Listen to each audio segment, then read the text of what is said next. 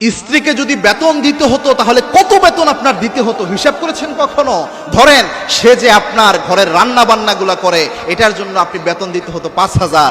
এরপরে আপনার ঘরকে যে পরিষ্কার পরিচ্ছন্ন রাখে এটার জন্য পাহারা দেয় এটার জন্য দিতে হতো 5,000। আপনার সন্তানদের যে লালন পালন করতেছে, কাপড় চোপড় ধুয়ে দিচ্ছে, আপনার আব্বা আম্মার সেবা করতেছে, এটার জন্য দিতে হতো আরো 10,000। এই হয়ে যেত আপনার মোটামুটি 20,000।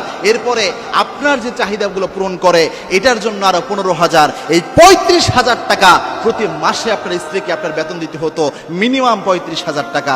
আপনি মনে করতেছেন আপনার স্ত্রী আপনারটা খাচ্ছে, আপনার স্ত্রী আপনারটা খাচ্ছে এই চিন্তা করে যাচ্ছে তাই আচরণ আপনি আপনার স্ত্রীর সাথে করেন? এরকম কখনো করবেন না। আপনার স্ত্রী আপনার পরিপূরক। আল্লাহ রাব্বুল আলামিনের ঘোষণা হচ্ছে হুন্না লিবাসুল লাকুম ওয়া আনতুম লিবাসুল লাহুন্না। স্বামী স্ত্রীর পোশাকের মতো, স্ত্রী স্বামীর পোশাকের মতো। কোন স্বামী যদি স্ত্রীর উপর জুলুম করে কিয়ামতের দিন আল্লাহ ওই স্বামীকে আসামি বানাবে। এবং